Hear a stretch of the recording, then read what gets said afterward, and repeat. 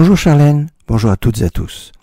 On nous dit qu'à la fin de la tefila, fin de la prière, juste avant de faire nos 3 pas en arrière, où on conclut notre prière, il est bon, au nom du Shla Kadosh, le Shnei Luchot Abrit qui cite en fait le Harizal, il est bon de dire un verset dont la première lettre et la dernière lettre du verset correspondent à la première lettre et à la dernière lettre de notre prénom. Quelque part, on personnalise notre Amida. Chaque personne, en fonction de son prénom, va terminer avec un verset qui sera tiré donc de la Bible, dont la première lettre sera la même que la première lettre de son prénom, et la dernière lettre du verset sera la même dernière lettre que de son prénom.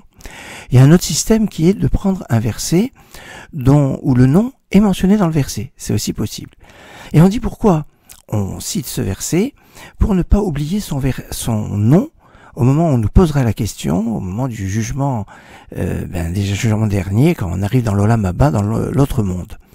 Parce que par impression, par émotion, on pourrait oublier son prénom. Oublier son prénom, vous allez me dire, c'est bizarre. Oublier son prénom, bon, peut-être par émotion. Le Chafetz Chaim va nous donner une explication très intéressante. Il va nous évoquer d'abord, comme principe de base, que quand une personne parle en mal sur une autre personne, les fautes de la victime sur qui on parle sont attribuées à celui qui parle sur lui. Autrement dit, il y a un échange de fautes, les fautes de la personne qui est victime du Lachon Hara, de paroles négatives, sont attribuées à celui qui a émis le Lachon Hara. Ainsi, quand on va devoir faire punir ces fautes-là, on va s'adresser à celui qui a fait du Lachon Hara. Pourtant, celui-là n'a pas fait ses fautes. Et quand on va lui dire « tu vas être puni pour telle et telle faute », et il va dire « mais pourquoi ?» Et on va dire parce que toi, en lui disant le prénom de l'autre personne, tu as réalisé ces fautes. Il va dire mais moi je suis pas cette autre personne, moi je suis une autre personne. Et donc il va avoir un problème. Alors quand l'histoire va se répéter sur plusieurs personnes sur qui cette personne a parlé, il a parlé sur A, sur B, sur C, sur D, et on va lui dire tu t'appelles A, et donc tu vas avoir les punitions de A, tu t'appelles B, tu vas avoir les punitions de B parce que tu as parlé sur B, tu as parlé sur C, donc tu es C, et tu vas être puni en fonction des fautes que tu as faites quand tu étais C entre guillemets. Eh ben il va plus savoir qui il est. Il est A, B, C, D ou lui-même.